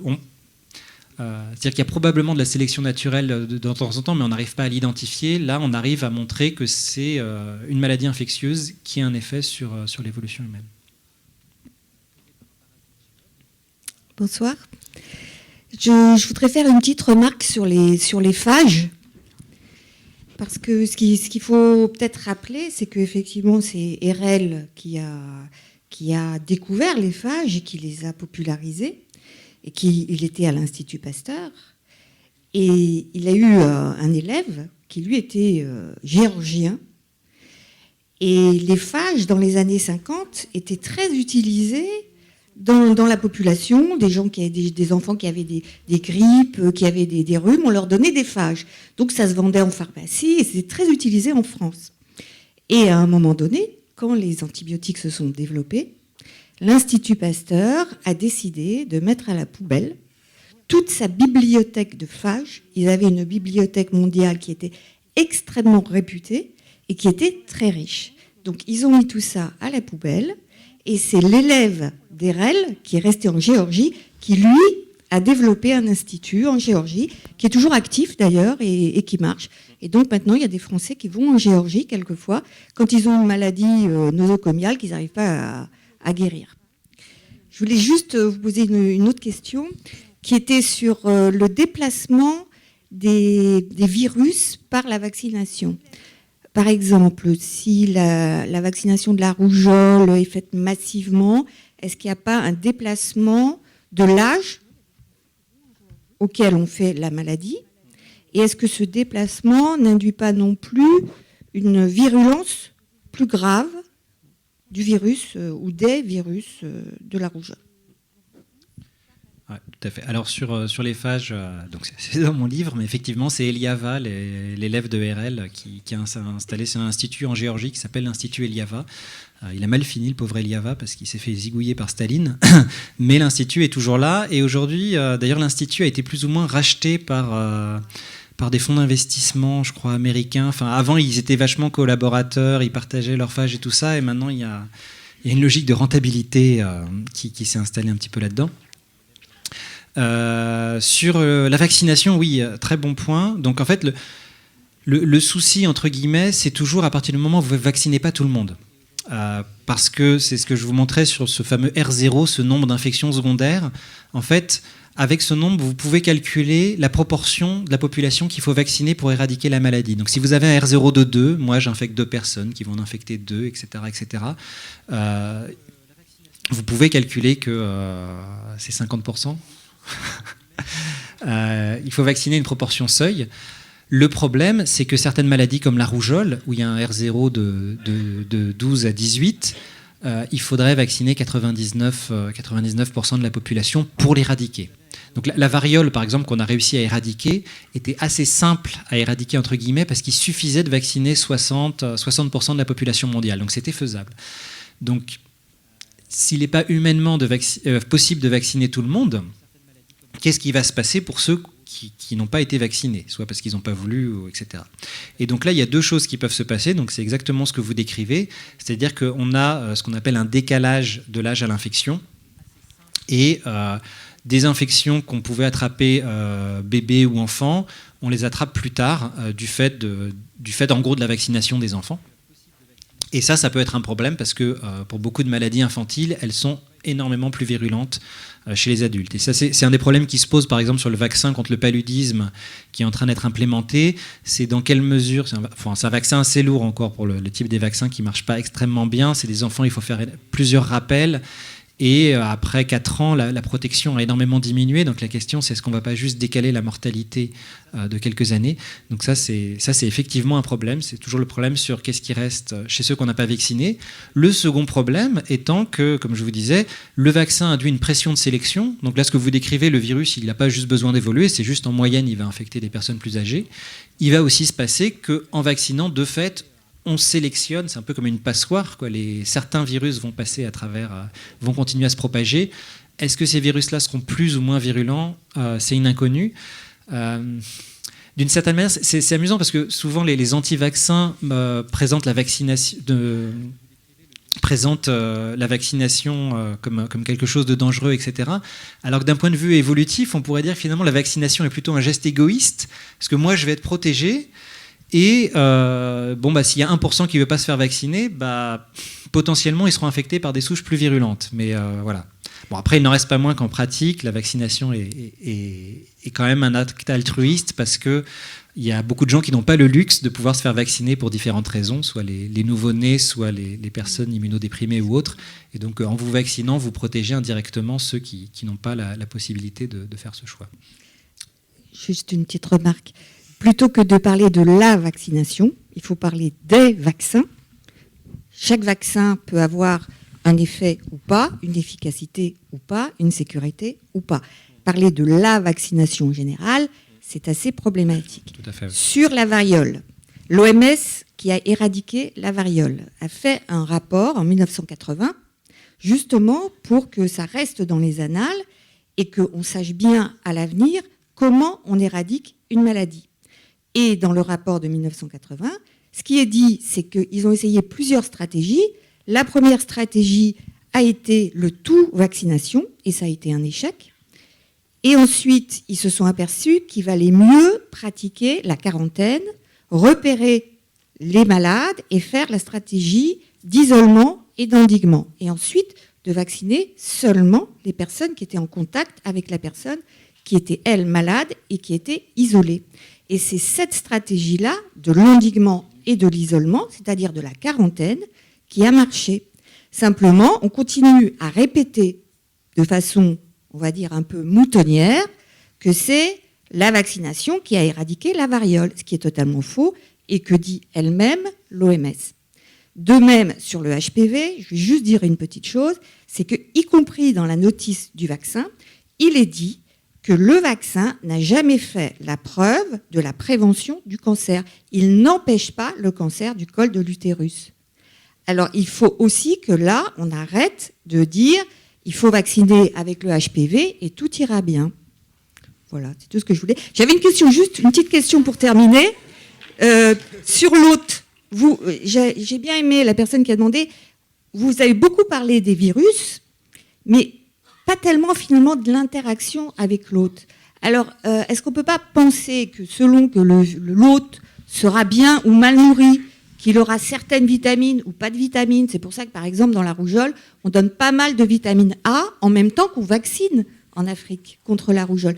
Donc est-ce qu'il ne faudrait pas faire un peu plus attention à l'hôte et aux vitamines qu'il aurait ou aux cofacteurs qui pourraient favoriser l'émergence du virus? Et excusez-moi d'avoir un peu monopolisé. Non, mais sur l'autre, je ne vais pas répondre parce que j'ai déjà répondu. Sur le HPV, disons qu'on a les résultats des études cliniques et les résultats des études cliniques sont sans équivoque. Alors, il y a un truc, effectivement, inexpliqué en France. Il y a eu plus d'effets secondaires en France. Bon, ça reste quasiment négligeable, mais c'est quelque chose qui est inexpliqué sur pourquoi. Mais on sait que les types visés par le HPV sont éliminés à 80, enfin la prévention, parce qu'on suit les personnes dans le temps, c'est prévenu à 99,5%. Donc effectivement, je pense qu'ils mettent ça dans la notice parce que c'est pas 100%. Pourquoi c'est pas 100%? Est-ce que c'est lié au vaccin? En fait, le vaccin contre l'HPV a cette particularité qu'il faut qu'il soit fait avant les premiers rapports sexuels. Et donc évidemment, dans le suivi, dans les études cliniques, ils ont demandé aux gens s'ils avaient eu des rapports sexuels ou pas avant. Donc ça, c'est quelque chose, c'est du déclaratif. Ils ont regardé si les gens avaient déjà des anticorps pour savoir s'ils avaient été exposés aux HPV avant. Le problème, c'est qu'HPV ne génère pas toujours de réponse anticorps. Donc voilà, mais effectivement, on est sur 99,5%. Donc il y a à peu près un demi% qui est potentiellement inexpliqué, ce qui, à mon avis, explique la notice. Et surtout, là où je veux insister, c'est que le cancer du col, on est certain que c'est... Alors là encore, c'est pas 100% des cancers du col, il y a un pourcentage extrêmement faible, mais pareil, qui n'est pas causé par HPV, mais on est certain que c'est causé par HPV. Donc voilà, c'est l'Institut à Lyon, l'IARC de l'OMS, qui travaille là-dessus, Alors, ils ne travaillent pas que sur les HPV, c'est eux qui avaient sorti les rapports sur la viande transformée, etc. Donc ils étudient toutes les différentes causes potentielles de cancer, ils classent les différents agents en niveau de carcinogénicité, et HPV 16 et HPV 18, ça fait partie des exemples les plus frappants d'associations avec des cancers. C'est une question sur le tout début de l'intervention, quand vous avez parlé de l'évolution de l'homme et de HIV. Je ne me rappelle plus exactement comment vous avez dit les choses, mais en disant que HIV avait beaucoup de générations en peu de temps, alors que l'homme a un nombre de générations depuis son apparition. Et finalement, dans le jargon de l'évolutionnisme, est-ce qu'on considère que évolutivement, HIV est plus vieux que l'homme? Voilà. Il faut comparer ce qui est comparable, je pense, mais disons que l'autre chose, c'est que là, ce que j'ai montré, c'est au sein d'une personne porteuse du VIH, et j'avais c'était 30 ans d'infection. On ne sait pas encore très bien ce qui se passe au niveau de ce que je disais tout à l'heure, au niveau de la transmission à une autre personne. Il semblerait que les virus qui ont moins évolué, qui ont cumulé moins de mutations, soient mieux transmis. Donc en fait, quand on mesure les vitesses évolutives, on s'aperçoit que le VIH évolue plus vite au niveau intra-haute qu'au niveau épidémiologique. Il y a un sorte de frein au niveau de la propagation. Et puis bon, voilà, encore une fois, après, bon, je prends l'exemple parce qu'il est illustratif, mais le génome du VIH est entièrement différent d'une autre. Et c'est, Est-ce qu'entre deux espèces, une qui est plus récente que l'autre, mais la plus récente a un temps de génération plus rapide, laquelle est la plus vieille évolutivement? Voilà. Oui, non, on est d'accord. Mais bon, après, bon, là, au niveau génomique, on ne va pas rentrer dans les détails, mais le génome du VIH est très différent d'une autre. Mais oui, non, c'est philosophiquement. Bonsoir. Si marche. Bonsoir. Je voulais vous dire déjà merci d'avoir fait cette diapo sur l'émergence versus évolution. Je l'ai vécu de l'intérieur. C'est difficile. Moi, je suis plutôt écologie-évolution. Je travaille en microbiologie sur des pathogènes qu'on retrouve dans l'environnement et à l'interface avec le clinique. Et effectivement, c'est exactement ça. On se retrouve avec beaucoup de publications qui traitent de problèmes d'émergence. Et je travaille sur la résistance aux antibiotiques, en l'occurrence. Voilà, pas de chance. Et le côté évolution, c'était un peu dur de le militer un peu pour ça et pour essayer de le mettre un peu en avant. Donc voilà, je tenais à vous dire merci déjà là-dessus. Il n'y a pas beaucoup de chercheurs qui peuvent en parler et que voilà, on puisse aussi se mettre un peu plus sur l'évolution et sur ces problématiques-là parce que c'est assez rare en ce moment. Je voulais revenir sur votre publication de 2018, là, votre système SI. Si j'ai bien compris, il y a donc 3 types d'interventions modélisées.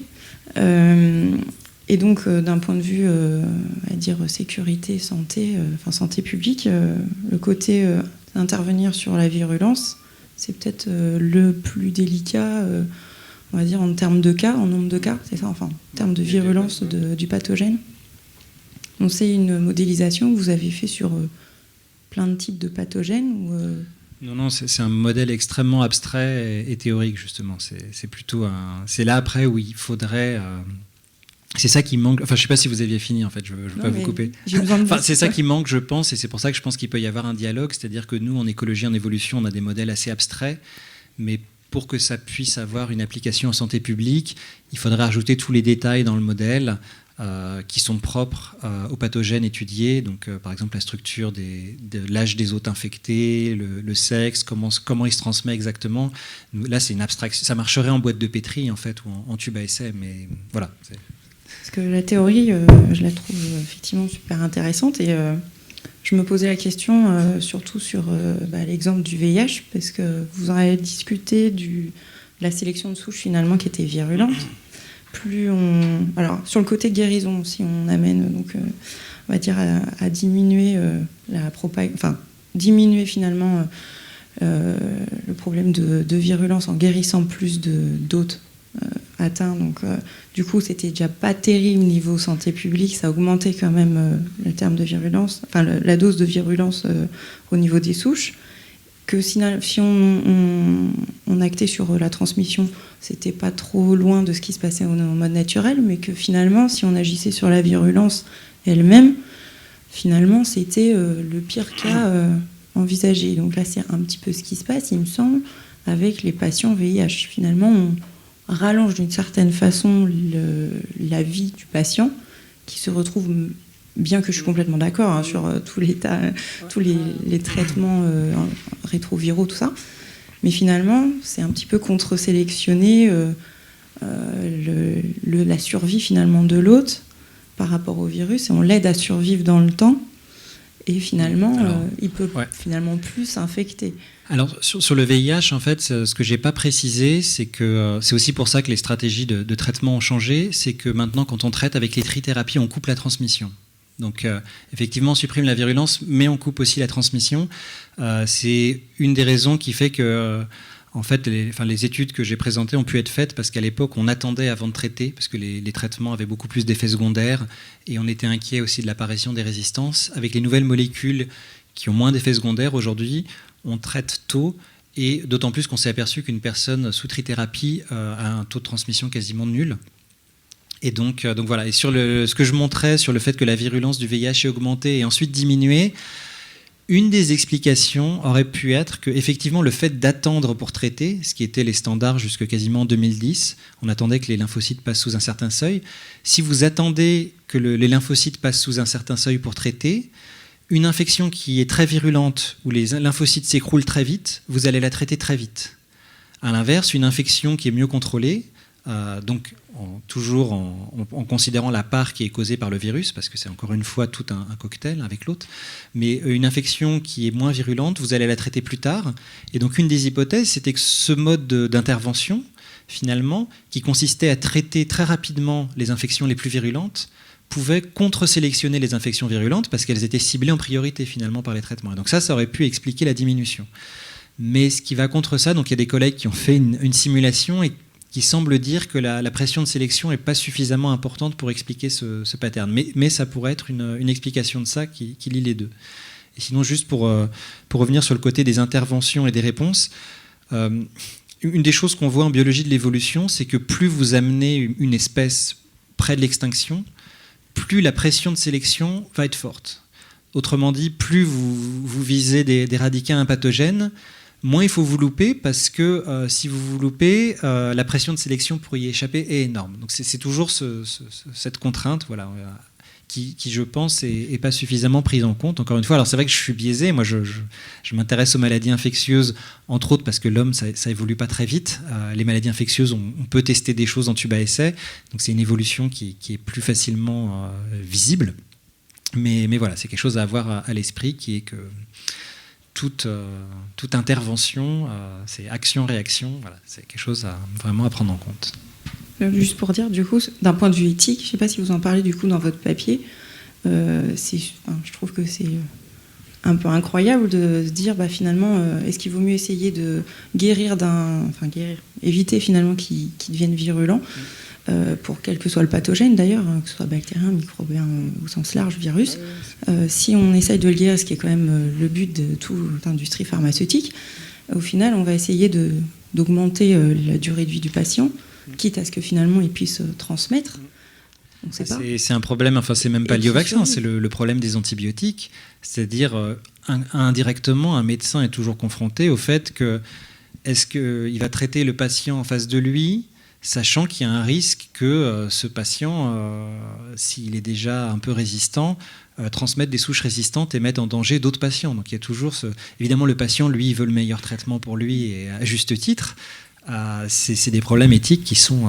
Quand on sait la finalité, en fait, c'est un antibiotique qui va tuer la bactérie, très bien, on sait qu'elle va mourir, avec les doses plus ou moins, mais si une nouvelle maladie émerge, comme ça arrive en ce moment, on peut se douter que on va être à fond sur la recherche pour essayer de trouver un vaccin, un médicament, peu importe.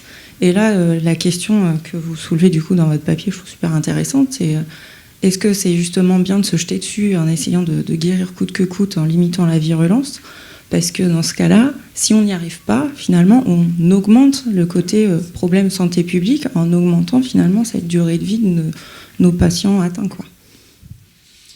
En tout cas, c'est clairement pas quelque chose qui devrait être décidé par les scientifiques seuls, ni par l'industrie pharmaceutique. Mais oui, non, c'est des problèmes éthiques centraux.